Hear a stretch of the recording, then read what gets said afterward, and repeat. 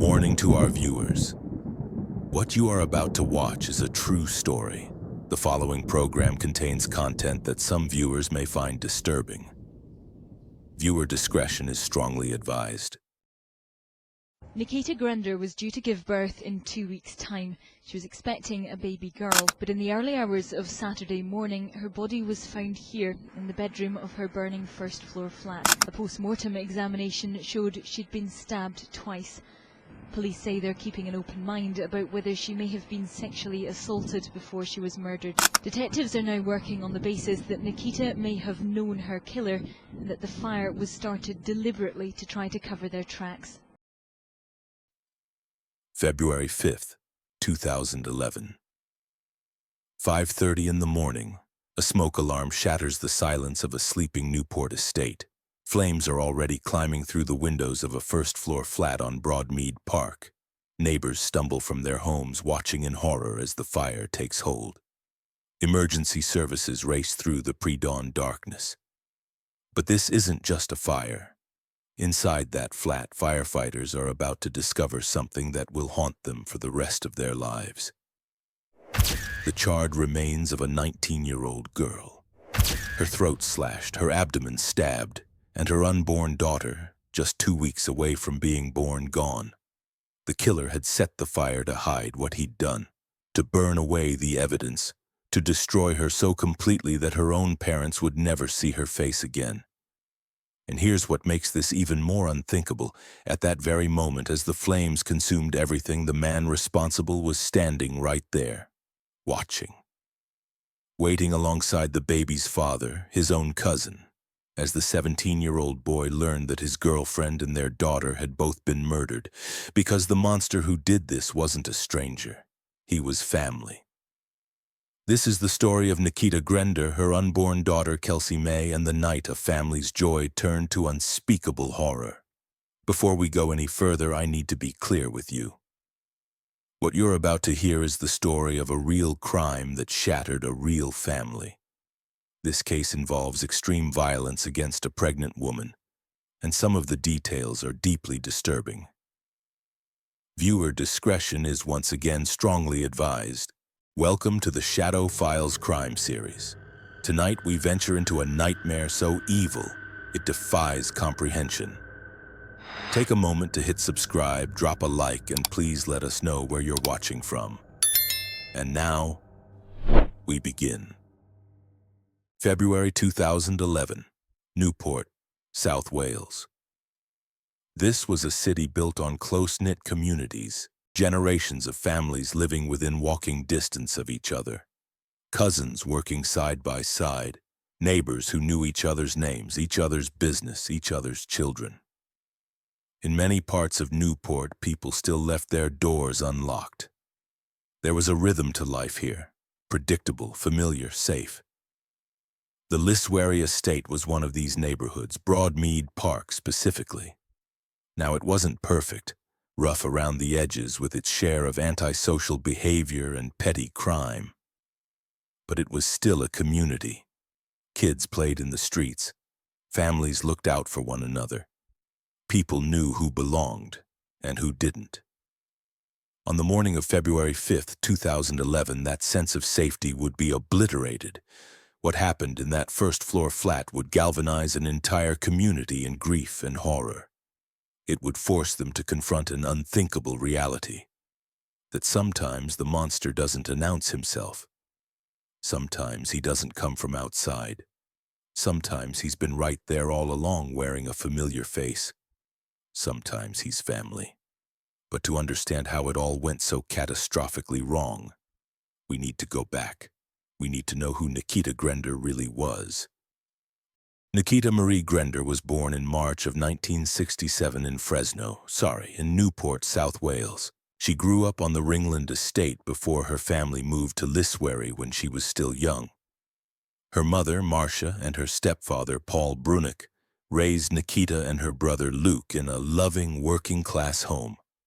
Everyone who knew Nikita described her the same way. Absolutely beautiful. Not just physically, though she was that too.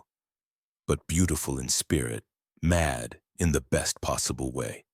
Outgoing, Happy-go-lucky, the kind of person who could walk into a room and instantly change the energy. She had this laugh, infectious, impossible to resist. She was friendly to everyone, warm, the type of person you just couldn't forget once you'd met her. Nikita was just 13 years old when she met Ryan Mays. 13. Young love, the kind that most people assume will fade as childhood gives way to adolescence, as adolescence gives way to adulthood. But Nikita and Ryan, they stayed together. Through all the chaos of teenage years, through all the changes and challenges that come with growing up, they held on to each other. By 2011, they'd been together for 6 years. 6 years. And now, at just 19 years old, Nikita was about to embark on the biggest adventure of her life. Like most teenage girls, Nikita had dreams. Fashion, beauty, the simple, lovely aspiration of building a good life. Her mother, Marcia, would later say she could picture exactly what Nikita's future would have looked like. Working in a nice shop, maybe in fashion or beauty, something that suited her vibrant personality. A couple of children. A happy, ordinary life filled with the small joys that make life worth living. Nikita had this energy about her, this magnetism that drew people in. She made friends easily. She made people feel seen, feel valued.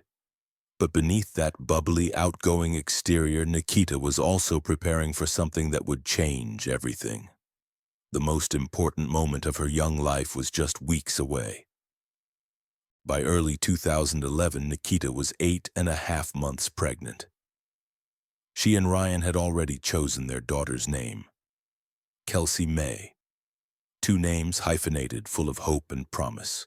Their flat on Broadmead Park, the same flat where the fire would later rage, was ready. The nursery was set up. Tiny clothes were folded and waiting in drawers. A crib stood ready. Everything was prepared for Kelsey-May's arrival. February 21st. That was the date circled on the calendar. The due date, the day when Nikita and Ryan would stop being just a couple and become a family. The day when their entire world would change forever. In all the beautiful, terrifying, overwhelming ways that becoming parents changes you. Nikita even had a beloved pet dog named Missy, who would soon have to adjust to sharing the flat with a new baby. It was all so close, so real, so achingly close to becoming reality. February 4th, 2011, the last normal day. Nikita and Ryan spent that day doing what young couples about to become parents do, talking about the future, feeling that nervous excitement of impending parenthood mixed with the weight of responsibility. Ryan was just 17 years old himself, still so young but ready to step into fatherhood. He was working as a double-glazing salesman to support his growing family, working alongside his second cousin, a man named Carl Whant. As that day turned to evening, as evening turned to night, no one, not Nikita, not Ryan, not Marcia and Paul, not anyone who loved them, could have possibly imagined what the next 24 hours would bring. No one could have known that they were living through the last ordinary day, that within hours, everything would be gone. Carl Whant, 27 years old, Ryan's second cousin, but more than that, his closest friend. They'd grown up together in Newport, worked together selling double glazing, spent their free time together. To Ryan, Carl wasn't just family, he was his best mate. Carl was a former nightclub bouncer from Betwuz, a neighborhood just outside Newport. Big guy, intimidating when he wanted to be, the kind of presence that commanded attention. On the surface, he seemed like someone you'd want on your side. But Nikita saw something else. She'd noticed things about Carl that made her uncomfortable. The way he acted, the things he said, his behavior around Ryan, around her. She didn't like him, didn't trust him, and she'd told Ryan as much. Carl Whant was a heavy cocaine user. Drugs were a constant in his life, fueling his nights out, warping his judgment. Nikita saw him as a bad influence on Ryan, Someone pulling her young boyfriend into a lifestyle she didn't want any part of. She wanted to build a stable life for their daughter. Carl represented the opposite of everything she was working toward. Her instincts were screaming at her, warning her. But how do you explain that to your boyfriend about his own cousin, his best friend? Ryan couldn't see what Nikita saw. He was 17, loyal and blind to the darkness growing in the person closest to him. What none of them fully understood, what Ryan couldn't have known, was that beneath Carl Whant's friendly exterior, something twisted was taking root. Carl had become obsessed with Nikita, jealous of Ryan, jealous of their relationship, jealous of the family they were building, the life they were about to start. This 19-year-old girl, heavily pregnant, preparing to become a mother. She occupied his thoughts in ways that were deeply disturbing, in ways that would later be described by a judge as the product of a calculating, vain, and devious mind. Carl Whant was someone capable of unspeakable evil, and on the night of February 4th, 2011, all of that darkness would come to the surface. That night, Carl and Ryan went out drinking together. Just another night out with the lads.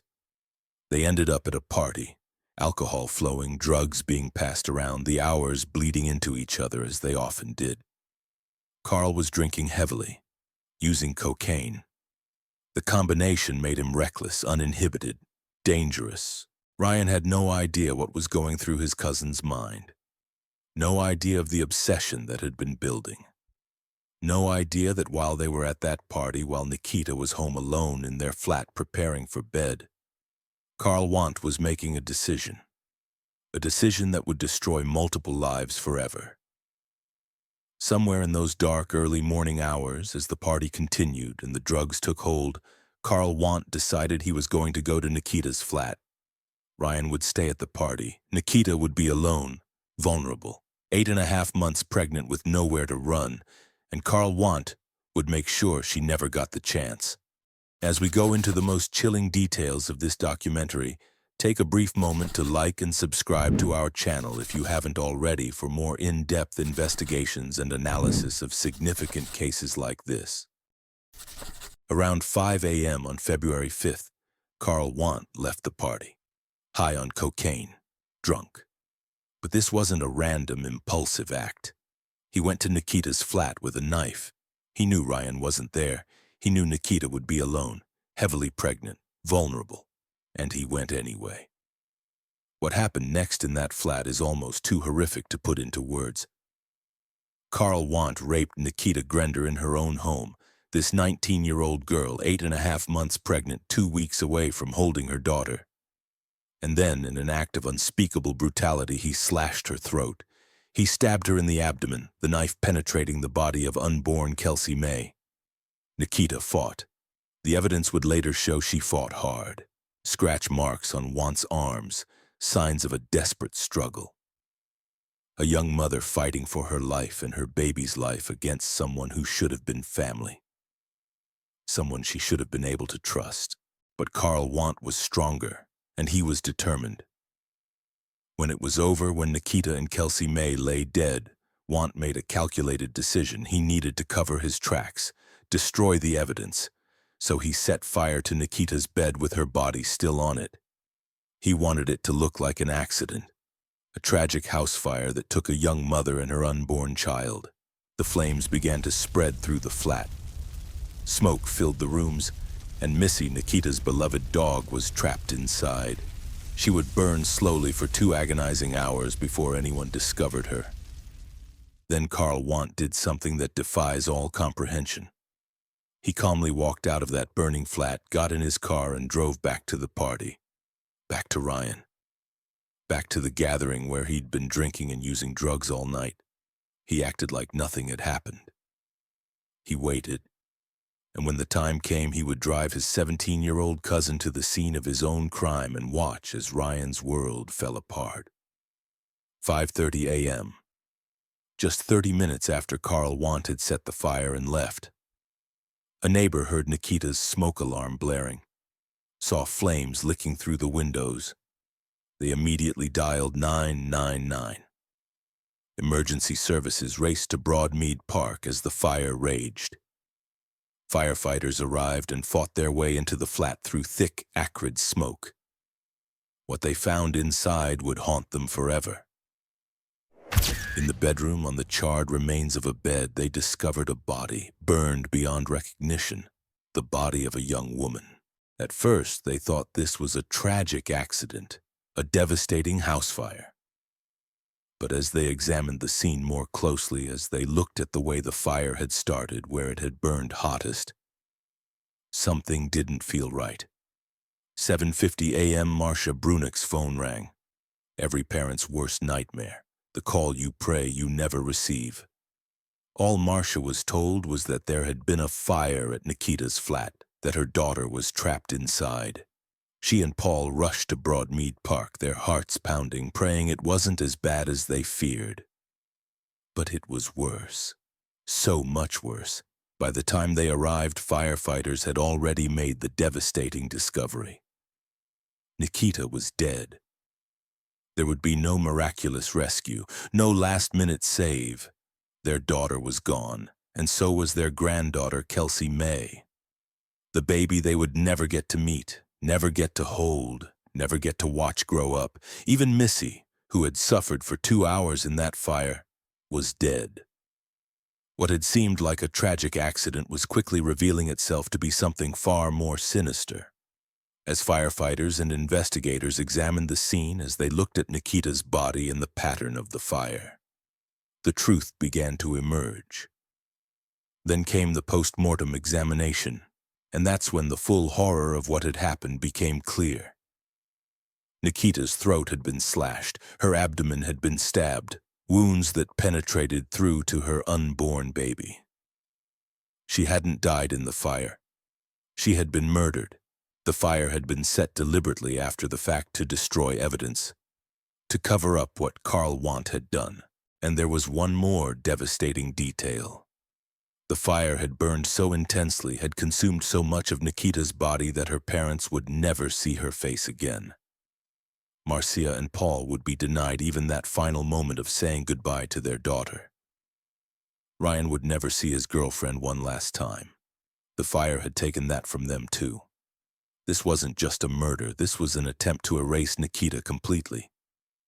To burn away every trace of what had been done to her. To rob her family of even the chance to properly mourn. We know that the fire which was started after she was killed, and I have no doubt in my mind that it was started in order to disguise the attack and what had happened. The murder weapon, thought to be a knife, has not been found. Police are now searching all of the drains in the local area to try to locate it, while others comb through the surrounding gardens with sticks.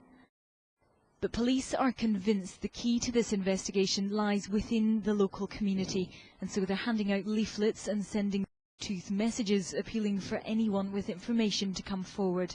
Police seem convinced that the answers to this lie here within this local area. They say that whoever has done this must be very worried about what he has done, and that it will be very hard to keep that from friends and family. That's why they say they're offering them the opportunity to come forward now. They catch this person, because whoever's done this, I've seen some bad things happen. The friends I've lost over the years with this is the worst I've ever seen in my life. It's really, it's really got to me, man. It's very upsetting, Yeah. I've had tears in my eyes and it's not fair. A Facebook page set up in Nikita's name now has more than 4,500 fans, with friends posting message after message of support. Back at her flat, the flowers and the memories have been coming all day. Nikita's parents have appealed for anyone with any information to contact the police as they try to come to terms with the death of their daughter and the little granddaughter who was going to be called Kelsey-May. What had started as a fire investigation was now a murder investigation. And Newport police knew exactly who they needed to find. Newport police immediately launched a murder investigation. And they had a suspect almost from the start. Carl Whant. He'd been with Ryan the night before. He'd been at the party. He had opportunity. He knew Nikita would be home alone. But suspicion wasn't enough. Investigators needed evidence, hard evidence that would stand up in court, and they found it. Forensic teams combing through the burned-out flat discovered DNA evidence at the crime scene. Carl Whant's DNA inside Nikita. Despite the fire, despite his attempts to destroy everything, the evidence was there. And they found more. DNA in his car that linked him directly to the crime. Whant had thrown away the murder weapon, the knife he'd used to kill Nikita and Kelsey-May. But it didn't matter. He'd left a trail he couldn't erase. The forensic evidence was overwhelming, undeniable. Carl Whant was arrested. Over the course of 26 police interviews, investigators pressed him for answers. 26 times they asked him to explain what happened that night. To account for his DNA at the scene, to tell them why Nikita was dead. And 26 times Carl Whant refused to answer. Complete silence. His refusal to engage spoke volumes. Innocent people don't stay silent when accused of murdering a pregnant teenager. But Whant knew what he'd done, and he knew the evidence against him was mounting with every passing day. Investigators were building an ironclad case, one that would ensure Carl Whant would face justice for what he'd done to Nikita and Kelsey-May. Then, in December 2011, months after the murder, Whant's defense team issued a statement that left everyone stunned. For the first time since his arrest, Carl Whant was offering an explanation. But it wasn't a confession. It wasn't remorse. It was something far more sickening. Whant claimed he'd had consensual sex with Nikita hours before she died. But it was worse than that. He claimed Ryan had invited him to have a threesome with Nikita that night. That both cousins had been intimate with her in the flat, and that's why his DNA was found at the scene. He was trying to explain away the forensic evidence. The scratch marks on his arms, evidence of Nikita fighting desperately for her life and her baby's life. He claimed those were from consensual sexual activity. It was a defense statement issued to prosecutors for the first time, months into the investigation. A claim that had never been mentioned in any of those 26 police interviews. A lie manufactured to create reasonable doubt. And it meant that Ryan Mays, 17 years old, who had already lost his girlfriend and his daughter, would now have to face this final unbearable insult in court. When prosecutors put Whant's claim to Ryan during the trial, his response was immediate, definitive, furious. Nothing like that happened. He's a liar. I'm not into all that. I'd never do that, especially not with my cousin. Ryan's words cut through the courtroom. This was a young man who'd been through hell, who'd lost everything he loved. And now he had to sit there and listen to his cousin, his former best friend, tell disgusting lies about the girl he loved, about Nikita, about the mother of his child. The public gallery at Newport Crown Court was packed. More than 70 friends and family members of Nikita's filled every available seat. They'd come to see justice done, to support Marcia and Paul, to make sure Nikita and Kelsey-May weren't forgotten. Throughout it all, Marcia and Paul Brunnock maintained their composure. They sat through every day of testimony, through every horrific detail, through Whant's lies and his defense team's attempts to paint their daughter as something she wasn't. They refused to break down in that courtroom, refused to give Carl Whant the satisfaction of seeing their pain. Marcia would later say, "I didn't want to let him see me upset. I wanted him to look me in the eyes."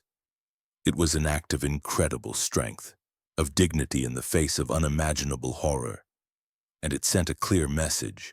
Carl Whant had taken their daughter and their granddaughter, but he would not take their strength. He would not break them. February 21st, 2012. The jury was sent home to deliberate. Of all the days in the calendar, it had to be this one, February 21st, exactly 1 year after Kelsey-May's due date. The day she should have been turning 1 year old, the day Nikita should have been celebrating her daughter's first birthday, taking photos, watching her little girl take her first steps, hearing her first words. Instead, the Brunnock family sat in a courtroom waiting to hear if the man who'd taken everything from them would be held accountable. The next day, February 22nd, the jury returned. Guilty of murder, guilty of rape, guilty of child destruction under the Infant Life Preservation Act, 1929, guilty of arson, 4 unanimous guilty verdicts. The word guilty repeated 4 times in that courtroom, and with each one, audible sighs of relief swept through the public gallery. Tears, embraces, 70 friends and family members who'd sat through weeks of testimony finally hearing the justice they'd come for. Ryan Mays looked at Carl Whant, his second cousin, his former best friend, and shook his head at each verdict. The betrayal complete. Judge Mr. Justice Griffith Williams didn't mince words when it came time for sentencing. He described Carl Whant as calculating, vain, and devious. He said the explanation for these terrible crimes lay in part in Whant's vanity. The normal minimum sentence for murder would be 30 years. But this wasn't a normal murder. There were aggravating factors. Whant hadn't just killed Nikita, he'd destroyed the life of her unborn child. And he'd set fire to her body, burning her so completely that her parents and boyfriend were denied even the chance to see her face one last time. That final goodbye, stolen from them by flames. Carl Whant was sentenced to life in prison with a minimum of 35 years. As the verdicts were read, as his fate was sealed, Whant appeared to yawn. Even then, even in that moment, showing no remorse, no emotion, no acknowledgement of the lives he'd destroyed. Outside Newport Crown Court, friends and family gathered on the steps. They embraced, they cried. Someone said simply, "Job done." But for Marcia and Paul, no sentence could ever be enough. 35 years, 50 years life. It didn't matter. Nothing could bring back Nikita. Nothing could give them their granddaughter. No amount of time behind bars could undo what had been done. Life had to go on, somehow. Marcia went back to her job as a teaching assistant. Paul returned to driving his van.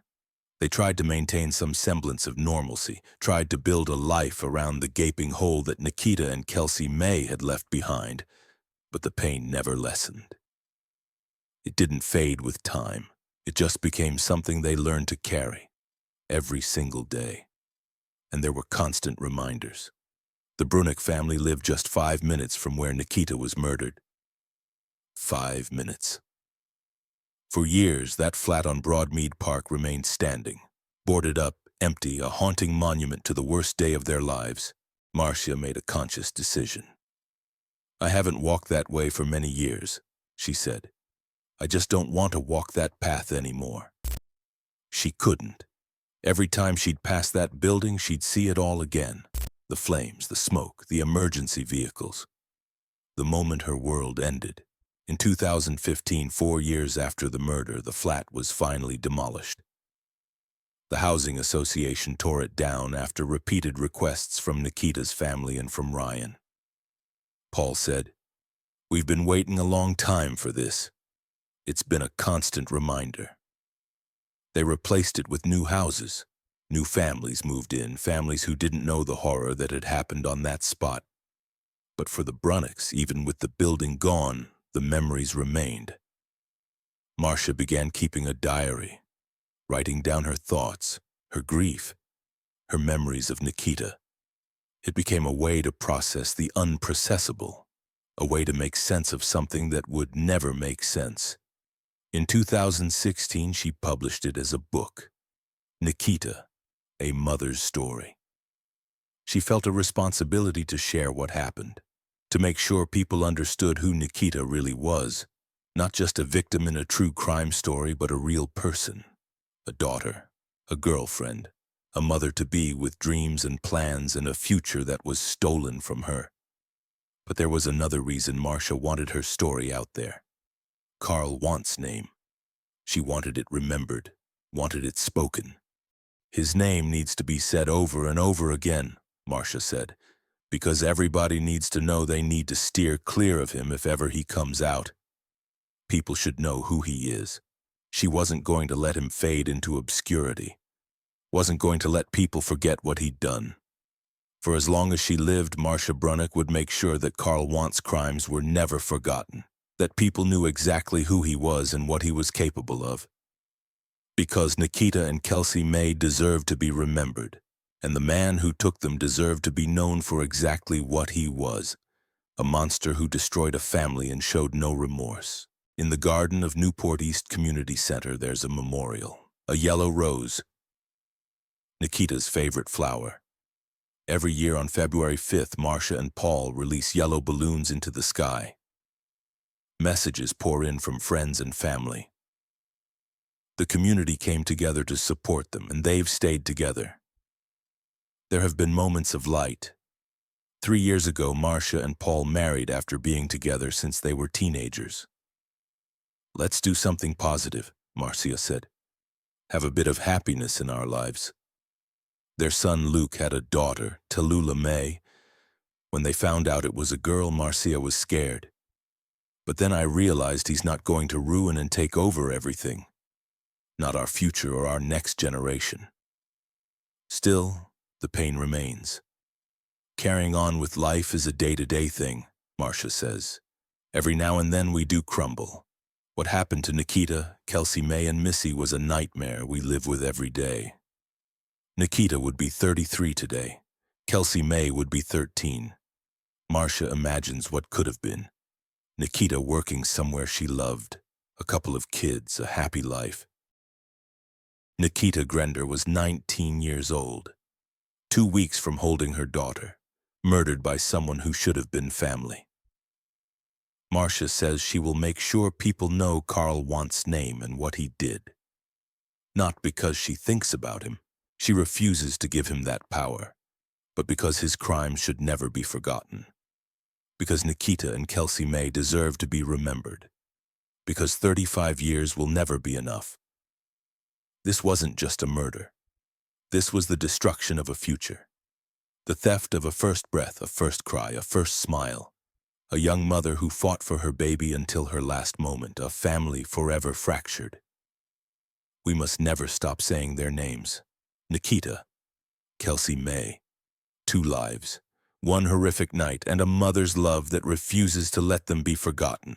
On behalf of Paul, Marcia, Luke, Ryan, the immediate family of Nikita and Kelsey-May, and on behalf of the larger family circle, we would like to thank Gwent Police for the investigation and the support that we've received over the last 12 months, and to the prosecution team that has represented us. The last 12 months have been harder for us than you could ever imagine. And as a family, we remain in total disbelief as to what has happened. Nikita was so young and beautiful, and together with Ryan, they were to become a very proud set of parents to Kelsey-May. This has been ripped from them by Carl Whant, who has never had the decency to tell us the truth. For us to see our grandchild for the first time in a mortuary was the most heartbreaking thing we've ever had to do. Nikita was so special, and will remain in our hearts until we die. We will never deal with the tragic events that have stolen our family from us, but hope we can at least start to understand what has happened. Whant has never admitted his guilt, given any indication as to why he committed this terrible crime, or provided Nikita's family with any answers. Gwent police officers worked tirelessly with colleagues in the Crown Prosecution Service to present comprehensive evidence to the court to ensure the best opportunity for conviction. We also sought advice from experts from across the UK in various disciplines to strengthen the case against Whant. We've endeavoured to do our utmost to get justice for Nikita and Kelsey-May. We've also done our best to provide support to Nikita's family, and our thoughts, as they've always been, are with them today. With the murder of Nikita and Kelsey-May, they've lost their daughter, sister and granddaughter, and Ryan has lost his girlfriend and daughter. The family and Ryan must be commended for their bravery and dignity, and for the support they have given to the police investigation over the past 12 months. This process has undoubtedly been a harrowing ordeal for them.